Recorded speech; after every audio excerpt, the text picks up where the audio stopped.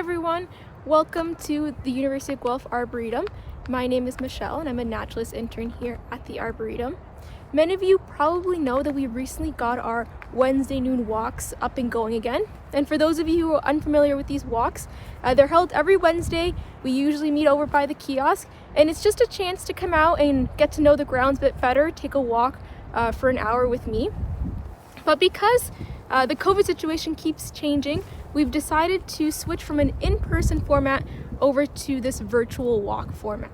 We had one Wednesday noon walk left of the year and we didn't want to finish off on a cancellation, so instead we're doing these virtual walks instead. Then without further ado, what we'll do is I'll take a walk around the grounds and we'll see what's happening in the Arboretum today. And I've started us off in the world of tree collections, which is an awesome place to start because there is just so much to see. So let me turn this camera around and we can get a view of what's around me. New to the world of tree collection is this beautiful interpretive sign. Throughout the Arboretum, you can often find interpretive sign series that help teach people a bit about what's around them. So you can do a whole lot of learning by your own by stopping and reading these signs. Even if you didn't come to the Arboretum to learn something, maybe you just wanted to take a hike in nature, you're bound to find something really interesting on these signs. In the world of tree collection, what it essentially tries to do is represent a whole lot of different diversity of woody trees. And you can see here on this map just how big this collection is. And on this sign you can see some of the different families that we represent here. And the idea really is we have a lot of native woody plant species. These are trees that you can find in your own neighborhoods or local trails. But we also have trees that are not native and exotic. And the aim there is to show connection between different geographic regions and how, even though they don't grow very closely anymore, some trees can be very closely related despite being geographically far away. So I think we'll start off this video by taking a bit of a walk around and seeing what's around. I don't think it'll show up too well, but I just watched a little gray squirrel climb up to the crux of this tree, and as I get closer and I take a better look at this tree, I can kind of see what is probably a squirrel dray. And I could see when he climbed up, he was holding a lot of materials in his mouth. He was holding some fallen leaves. And I can see him just poking out of the little squirrel dray. And drays are basically squirrel nest, especially in the winter where it gets, super windy, super frigid. Building these little drays allows the squirrel to seek a bit of protection from our extreme climates. That was really cute to see. I love finding squirrels holding a whole bunch of materials in their mouth. It's quite cute. Another example of interpretive signs we have throughout the Arboretum is these be aware of the rare signs. So when we think of something being endangered or at risk, we often think of animals.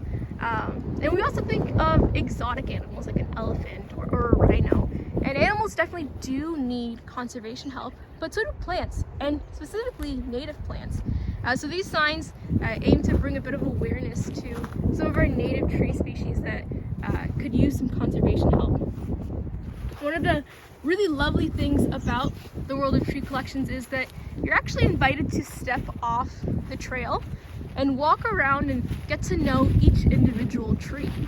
And through that, you can learn a bit about their ID features, and you can learn a bit about the characteristics that might make them similar to other trees, so a bit about their evolution. So taking a look at something like their bark and the different patterns and textures that they might have.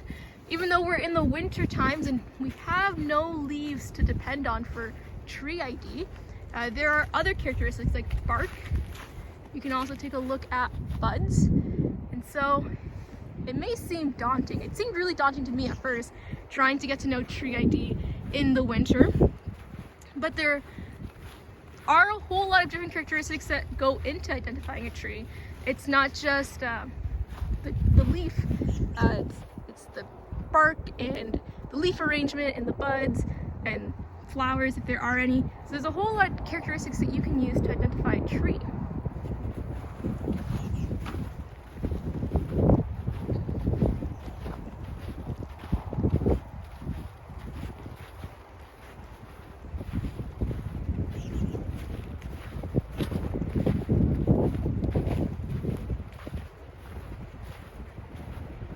Another interesting thing you can see when you walk through the world of tree collections, and this is very similar to the OAC Park in the Garden, is these trees are generally planted pretty spaced out to one another.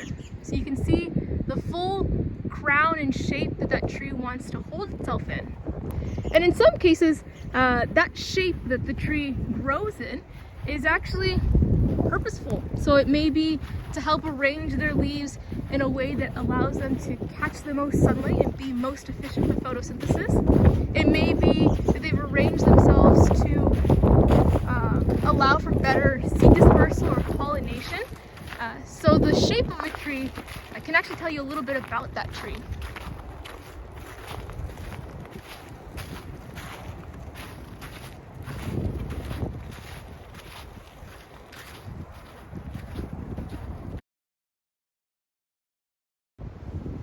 Within the world of tree collection, right by the Flying Fish Bridge, that's the bridge in front of me, there's this really cool sub-collection of trees and plants.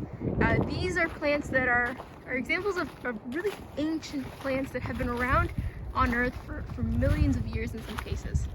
And new to this area is this thing. It looks kind of like a rock, it looks kind of like a log, and it's something called petrified wood. So typically speaking, plant matter is fairly decomposable, and it's difficult for plant matter to become a fossil. Fossilization occurs over many years, and it needs to happen when just the right conditions are exposed to plant matter. So it's not very common to find fossilized plant matter. And that's what this is. This is a fossilized log. And what would have had to happen for this log to become fossilized, become petrified as it's called, is it would have had to be exposed to environmental conditions that didn't allow it to decompose like it usually would. So we can imagine the tree that had this log fell over, and it fell into an area maybe that was underwater, or in an area where it had very little oxygen to no oxygen available to it. And so different microbes and fungi that usually help decompose, these are called detrivores, weren't able to access this log. And instead, over time, with pressure and different sediments going through the log, it was preserved into this fossil. So this is a really cool and unique addition to this world of tree collection. It's not often that you get to come up close to a fossilized piece of wood. And this piece of wood isn't from Ontario, it's actually from South America. And we got it from a local person who had it, but its origins are way down south in South America. And so it's a really neat addition to our sort of ancient plant collection within the world of tree collection. If we got really into some paleontological work and tried to identify the species of tree this belonged to, we technically could, but right now we don't actually know what kind of tree this belonged to. It is a very old fossil, millions of years old, so it's really interesting to have this piece of history here amongst some of our other very ancient trees, like the ginkgos that sit behind this area. Ginkgos were around back when the dinosaurs roamed the earth, so they're a really cool tree to consider how much they've weathered. They've seen the world change in countless times and countless different ways, and other species may have not been able to survive all of those changes, but the ginkgo tree so far has. So they're considered a living fossil of sorts. They can tell us a bit about ancient plants. And we'll keep walking around and see what else we can find. So as I was talking about that petrified wood, I could hear some birds flying in, and it looks like juncos are pecking around on the ground here, maybe looking for some seeds, some food to eat.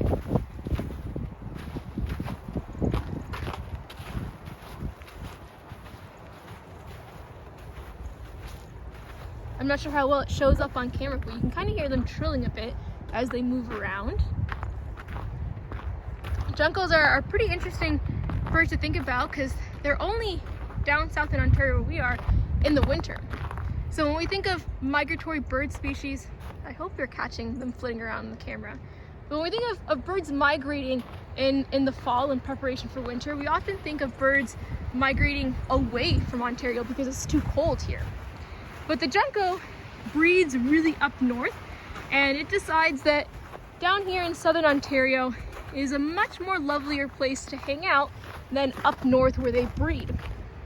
So they're really cool to think about in the sense that most birds may want to leave down south to find warmer conditions to overwinter, but the junco comes to Ontario instead of going even further down south.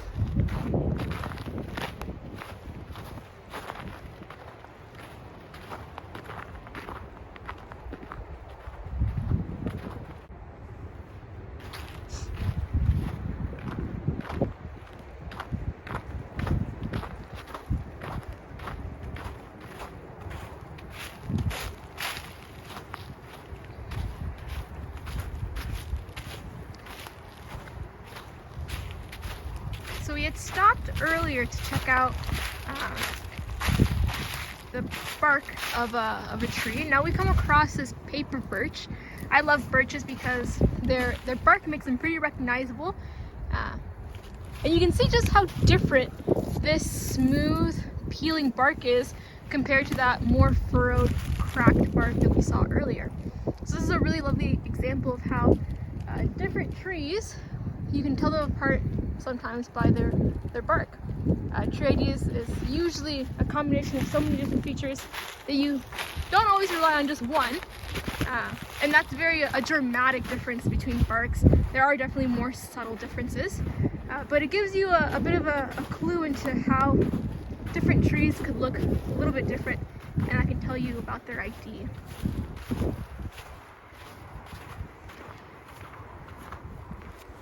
The bark of a woody plant species, a really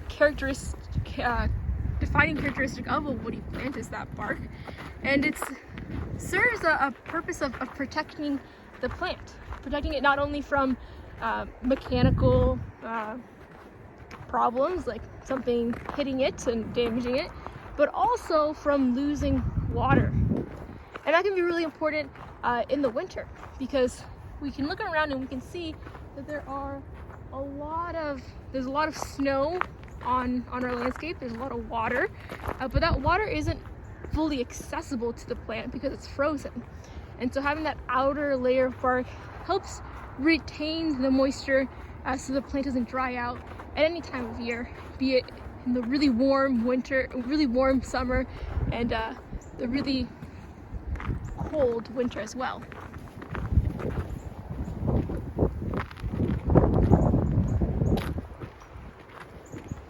It sounds like there are some cardinals hanging out by that sumac. I'd imagine it'd be hard to see because the red cardinal matches the red sumac berries, but you can maybe hear them chipping away. So in front of me here, there is a goldenrod, and all this fluffy material hanging from the goldenrod. Gently pull some off. So if I can get this to focus a bit better. There we go. So this fluffy material, these are actually the goldenrod seeds, and we can see in the wind just how easily those seeds fly away. So goldenrod seeds is an excellent example of a seed that disperses through the wind. And seeds are really cool for a number of reasons. They help solve a lot of different problems for a plant, and one of those being dispersal. So if seeds were all to land right by their parents, it'd be competition between the parent and its offspring plants for the same resources that are found in the same environment. And so plants want to spread their seeds. Some seeds are designed to be really light and fluffy like this goldenrod and spread through the wind. The sumac that we were just looking at with the cardinals, those fruit clusters contain seeds that disperse by animals eating them. And so that's one really key problem that seeds help solve. Another one is if we think back through evolution, originally plants used to produce spores instead of seeds. And in order to fertilize, they actually depended on water to move their gametes. So we can think of something like a moss. Moss is still reproduced using spores. Their reproduction is still dependent on water. And so the evolution of seeds actually took away that dependency, that fierce dependency really of water for reproduction. Many seeds don't directly require water for their dispersal or for their fertilization. And so that's just two of the many ways that seeds are really interesting and cool to think about.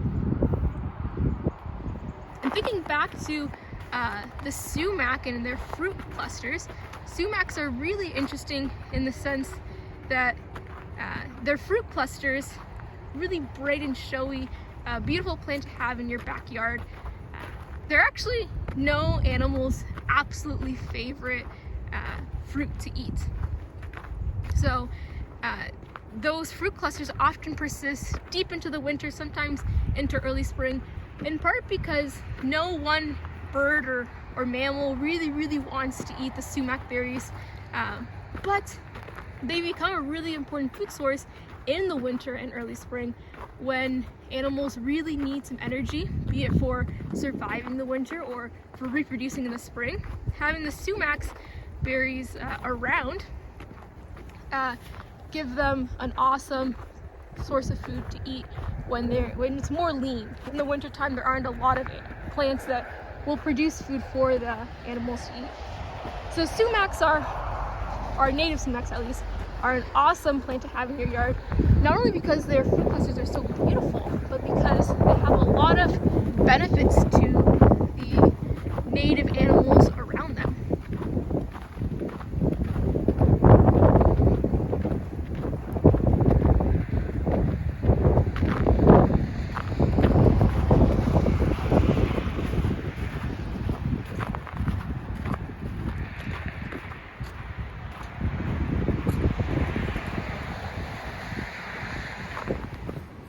I've actually made my way over to a new collection of trees. We're now in the aster family, the maple tree collection.